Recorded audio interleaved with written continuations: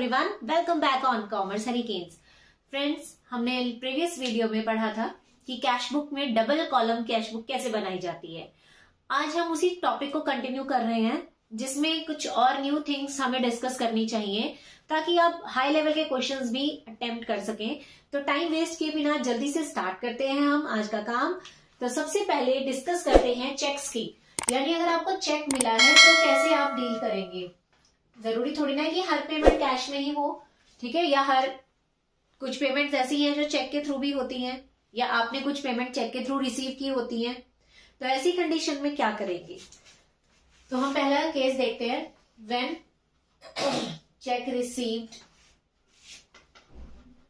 But not sent to bank, मतलब आपने check receive तो कर लिया एक पर्टिकुलर डेट पर, जैसे कि सपोज करते हैं 10 जून को आपने एक चेक रिसीव किया था, लेकिन वो अभी तक आपने बैंक में नहीं भेजा।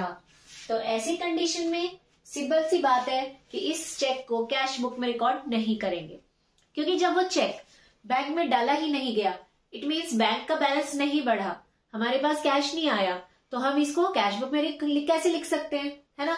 तो अब सवाल उठता है कि फिर इसकी एंट्री कैसे करें। तो इसकी एंट्री होगी चेक इन हैंड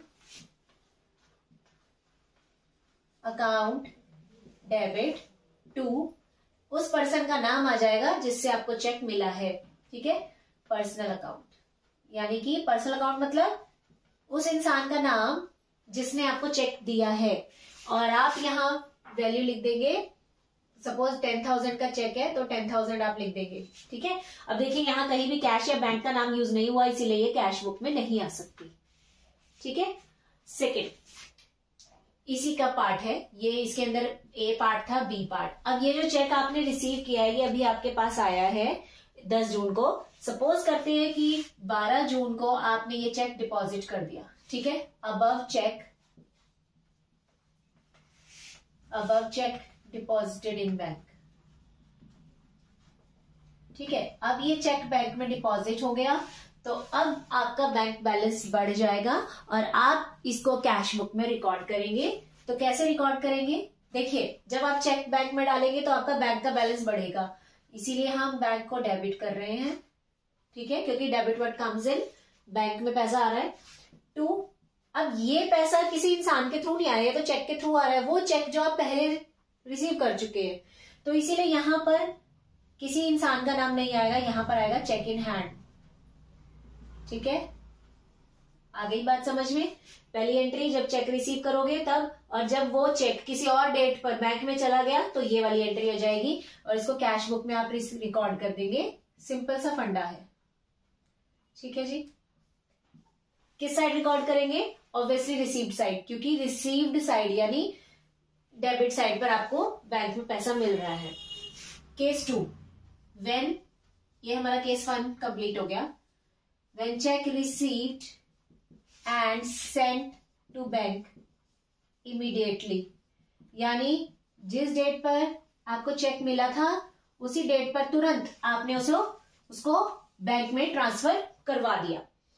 अब सिंपल सी बात है, आपके हाथ में कैश आ जाएगा, क्योंकि जब आप चेक बैंक में लगाएंगे तो बैंक का बैलेंस बढ़ेगा। तो एंट्री बनेगी बैंक अकाउंट डेबिट टू, जिस चीज के बदले आपको चेक मिला है, आपको सेल्स के बदले चेक मिला है, तो आप लिखेंगे टू सेल्स, ठीक है। आ गई बात समझ में। अब थर्ड केस हम डिस्कस करते हैं। थर्ड केस कहता है when cheque received from party and endorse to another party, यानी कि आपने किसी एक पर्सन से चेक रिसीव कर लिया, ठीक है, और उसके बाद आपने वो एंडोर्स कर दिया किसी और को। एंडोर्स का मतलब होता है ट्रांसफर कर देना, ठीक है। जैसे कि सपोज करते हैं मिस्टर एक्स है, ये मिस्टर वाई है, एक्स ने वाई को एक चेक दिया 5,000 रुपए का, क्योंकि एक्स को वाई की पेमेंट करनी थी, तो एक्स ने वाई को 5,000 का चेक दे दिया, पेमेंट कर दी। अब आगे वाई को भी पेमेंट करनी थी मिस्टर जेड की, वाई ने पेमेंट करनी थी जेड की 5,000 रुपए की। तो वाई ने सोचा कि मैं अपने अकाउंट से कैश निकाल कर दूं या बैंक से चेक काट के दूं, इससे बेटर है कि जो चेक इसके पास से मुझे मिला मैं इसी चेक को आगे जेड को दे देता हूं। बात तो वही हुई है ना। या तो मैं इस चेक को अपने खाते में डालूं और फिर वहां से 5,000 निकाल के जेड को दूं। इतना लंबा प्रोसेस क्यों करना है, सीधा ही जो एक्स से चेक आया वो आगे ट्रांसफर कर देता हूं। तो जब ऐसा ट्रांसफर कर दिया जाता है उसे बोलते हैं एंडोर्स। अब ऐसी कंडीशन में चेक आपके पास नहीं रहा, क्योंकि चेक एक हाथ आया और दूसरे हाथ चला गया। तो जब चेक रहा ही नहीं आपके पास तो वो कैश बुक में एंटर भी नहीं होगा, क्योंकि आपने वो चेक बैंक में लगाया ही नहीं है। ठीक है, तो ऐसी कंडीशन में आपकी जर्नल एंट्री क्या बनेगी, देखिए। पहली बात कि ये कैश बुक में तो रिकॉर्ड नहीं होगा, ये सबको क्लियर हो गया, रिकॉर्ड नहीं होगा। लेकिन अगर क्वेश्चन में आपसे एग्जाम में पूछ लिया जाए क्या जर्नल एंट्री बनेगी, तो वो आपको पता होनी चाहिए। Cheque in hand account debit, जब आप चेक रिसीव कर रहे हैं तब की एंट्री है। Cheque in hand account debit to X, क्योंकि आपने एक्स से चेक रिसीव किया है। ठीक है, ये अभी हमने थोड़ी देर पहले भी डिस्कस किया था। ये चेक हमें रिसीव हुआ, अब ये चेक आगे किसी और को दे दिया है, तो जिसको दिया है वो अब क्या हो गया, रिसीवर हो गया। तो हमारी एंट्री बन जाएगी Z debit to cheque in hand, क्योंकि हमारे हाथ से चेक जा चुका है। ठीक है, जिस तरह से आया था उसी तरह से चला भी गया। तो ये हमारी दो एंट्रीज बन जाएंगी इस केस में, एंडोर्स के केस में। तो अब ये आपने समझ लिया चेक इन हैंड कैसे होता है। अब हम कैश बुक के क्वेश्चंस देखते हैं जिसमें चेक्स की एंट्री भी होगी और कैश और बैंक कॉलम तो होगा ही। तो चलिए जल्दी से क्वेश्चन स्टार्ट करते हैं, बट उससे पहले प्लीज चैनल को सब्सक्राइब करना मत भूलिएगा दोस्तों। आप वीडियोस देखते हैं, लाइक भी करते हैं, इवन कमेंट्स भी मुझे बहुत अच्छे अच्छे आते हैं, लेकिन आप चैनल सब्सक्राइब करने में कंजूसी कर जाते हैं। तो प्लीज चैनल को सब्सक्राइब कर दीजिए, इसका कोई चार्ज नहीं है आपसे।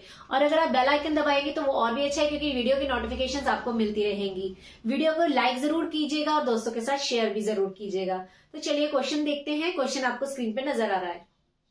क्वेश्चन है 2017 1 जून को, cash in hand and cash and bank 315191 cash in hand और कैश एंड बैंक का मतलब है कि आपके पास बैलेंस दिए हुए हैं, तो आप यहां लिखेंगे to balance brought down. Cash में कैश का बैलेंस आएगा और बैंक में बैंक का बैलेंस आ जाएगा। 2 जून को received a cheque for rent and paid it into bank, मतलब हमने एक रेंट के बदले में चेक रिसीव किया और वो चेक हमने बैंक में भेज दिया, यानी कि हमारा बैंक का बैलेंस बढ़ गया। और रेंट रिसीव हुआ है तो हमारी रिसीव्ड साइड पर, सभी को पता है, मैं ऑलरेडी बता चुकी हूँ, ये साइड हमारी रिसीप्ट होती है, हम रिसीप्ट साइड पर रिकॉर्ड करेंगे, और ये हमारी पेमेंट साइड होती है। ठीक है, तो हमारी 2 जून को हम लिखेंगे टू रेंट, क्योंकि हमें रेंट रिसीव हुआ है और जो अमाउंट है वो बैंक के कॉलम में जाएगी, क्योंकि ये रेंट चेक के थ्रू आया था। 5 June bought goods for 50,000, trade discount 20%, payment made by cheque, tax लगेगा 6%।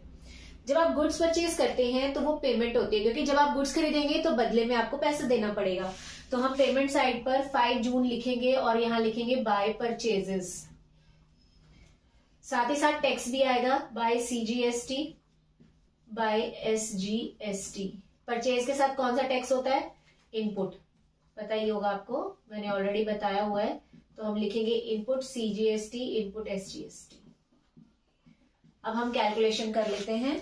देखिए, हमने जो गुड्स खरीदा था वो 50,000 का था, उस पर 20% का डिस्काउंट लग जाएगा, यानी 10,000 रुपए आएंगे। तो 50,000 की चीज पर 10,000 डिस्काउंट लग गया, तो ये चीज रह जाएगी 40,000 की, राइट।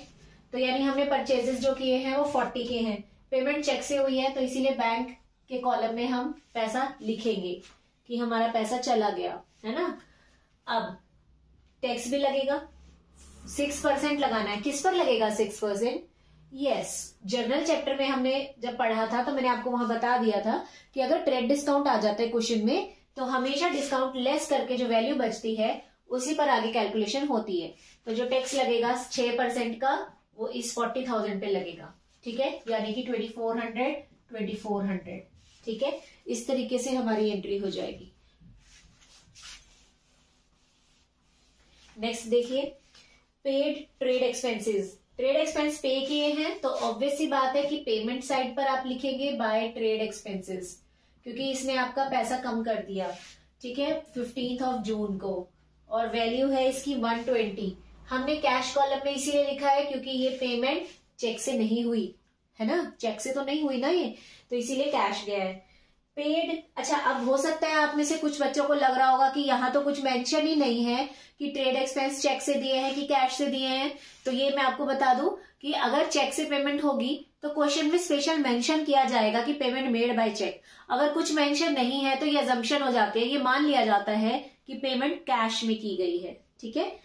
तो अब 16 जून को देखिए, पेड रेंट, सिंपल लिखा है कि रेंट पे किया है, कैसे किया, कैश या बैंक, ये नहीं बताया गया, तो ऑब्वियस सी बात है कि ये कैश के थ्रू पेमेंट की है।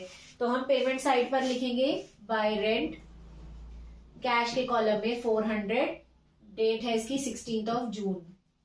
आई थिंक यहां तक सभी को क्लियर है। नेक्स्ट देखिए, पेड इंश्योरेंस चार्जेस, आप इंश्योरेंस चार्जेस पे कर रहे हैं, तो 17 जून को आप लिखेंगे बाय इंश्योरेंस, ठीक है। कैसे पे किया ये मेंशन नहीं है, तो ऑब्वियसली कैश में किया होगा। इसके बाद 25 June, sold goods for 80,000, trade discount 10%, CGST SGST 6%, received a cheque for the same, यानी इसके लिए चेक रिसीव किया गया है। सिंपल वो बोल रहा है कि चेक रिसीव कर लिया गया। अब कहीं भी ये मेंशन नहीं है कि ये जो चेक हमने रिसीव किया है ये बैंक में गया या नहीं गया, ठीक है।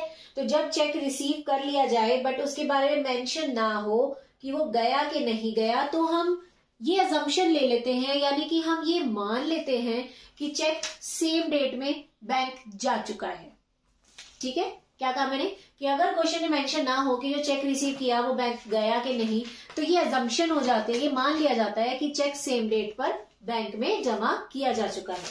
तो हमने जो सेल किया था वो रिसीव्ड साइड पर रिकॉर्ड होगा क्योंकि हमें पैसा मिला है, तो हम लिखेंगे टू सेल्स। 80,000 की चीज थी, 10% डिस्काउंट लग जाएगा, यानी कि 8,000 डिस्काउंट लग जाएगा, तो ये चीज बन जाएगी 72,000 की, यानी सेल्स जो है वो 72,000 के हैं। बैंक कॉलम में हम वैल्यू लिखेंगे क्योंकि हम ये मान चुके हैं कि चेक बैंक जा चुका है। इसके बाद टैक्स भी लगाना है 6%, तो 6% 72,000 पे आप कैलकुलेट कर लीजिए डिस्काउंट के बाद जो वैल्यू बची है उसके ऊपर, ठीक है। तो ये बन जाएगा 4320, ठीक है, 4320। दोस्तों ये वर्किंग नोट है, आप इसको सॉल्यूशन के बीच में मत करने लग जाना। मेरे पास बोर्ड पे स्पेस कम है इसलिए मैं यही कर रही हूँ, बट आपको एग्जाम में ऐसे नहीं करना, आपको रफ वर्क में करना है। 4320, 4320, ठीक है। ये क्या चीज है, हमारा output CGST and output SGST, ठीक है जी। Received a cheque from John and company, अब फिर से वो कह रहा है कि हमने जॉन एंड कंपनी से एक चेक रिसीव किया है, बट ये नहीं बताया गया कि ये चेक बैंक में गया कि नहीं गया। तो ये अजम्पशन है कि जो चेक रिसीव किया है वो बैंक में गया ही है। अगर कुछ ना बताया जाए तो हम मानते हैं कि वो बैंक चला गया, तो हम लिखेंगे to Johnson and company, John and company, ठीक है। बैंक में जा चुका है तो हम बैंक के कॉलम में 6,000 रिकॉर्ड कर देंगे। लास्ट एंट्री देखिए, purchased 100 national plan certificates for 100 each, यानी कि हमने कोई नेशनल प्लान सर्टिफिकेट्स को परचेज किया है, यानी गवर्नमेंट ने कुछ जैसे डॉक्यूमेंट्स या पेपर्स होते हैं वो मार्केट में बेचे हैं, हमने वो परचेज कर लिए, और वो 100 डॉक्यूमेंट हमने खरीदे हैं, 100 रुपए का उनका रेट था, बट खरीदे कैसे है, @95 ईच, यानी हमने उसको 95 रुपए पे खरीदा है, ठीक है। तो अब खरीदोगे तो ऑब्वियसली पेमेंट करनी पड़ेगी, तो अब बाय साइड पर लिखेंगे इसको, यानी पेमेंट साइड पर 30 जून को बाय नेशनल प्लान सर्टिफिकेट। अब यहां पर शायद कुछ बच्चों को लग रहा होगा कि बाय परचेजेस क्यों नहीं लिखा, तो वो इसलिए नहीं लिखा क्योंकि आप ये जो डॉक्यूमेंट खरीद रहे हैं ये एसेट है, ये कोई गुड्स नहीं है। गुड्स के लिए लिखते हैं ना हम परचेज एंड सेल्स, एसेट के लिए तो एसेट का नाम ही लिखा जाता है, तो ये एसेट है। अब 100 रुपए के पेपर आपने खरीदे हैं 95 रुपीज पर, तो यानी आपने टोटल 9500 की पेमेंट करी है, और ये पेमेंट चेक से हुई है, तो इसीलिए 9500 हम बैंक कॉलम में लिख देंगे, ठीक है। आ गई बात समझ में। अब लास्ट स्टेप क्या है, इनका बैलेंसिंग करनी है आपको, ठीक है। तो आप टोटल कर लीजिए, इस साइड का टोटल कितना है और इस वाला कैश कॉलम का टोटल कितना है। पहले हम कैश को कंप्लीट करते हैं, फिर हम बैंक का ये साइड टोटल करेंगे और ये साइड टोटल करेंगे, ठीक है। तो देखिए मैंने दोनों साइड का टोटल कर लिया है। यहाँ पर टोटल आ रहा है 3151, यहाँ सिर्फ 620 आ रहा है। तो यानी कि ये वाली साइड बराबर करने के लिए हमें बैलेंस डालना पड़ेगा। तो हम लिखेंगे बाय बैलेंस कैरी डाउन। कैसे आता है ये बैलेंस, इस वाली बड़ी वाली वैल्यू में से छोटी वाली को माइनस करके, इसमें से इसको माइनस करेंगे तो डिफरेंस बनेगा हमारा 2531, ठीक है। अब इसी तरह इस वाली साइड में देखिए यहां बन रहा है 1,79,031 और वहां सिर्फ 54,000 है, यानी वहां भी वैल्यू कम है। इस दोनों को बराबर करने के लिए यहां कैरी डाउन डालना पड़ेगा। डिफरेंस डाल दीजिए दोनों का डिफरेंस, इसमें से ये माइनस करके ये आ गया, ठीक है। अब लास्ट स्टेप क्या है आपका, ये आपने बैलेंसेस निकाल लिए, अकाउंट को आप क्लोज कर दीजिए। इस तरीके से अकाउंट क्लोज हो जाएगा आपका।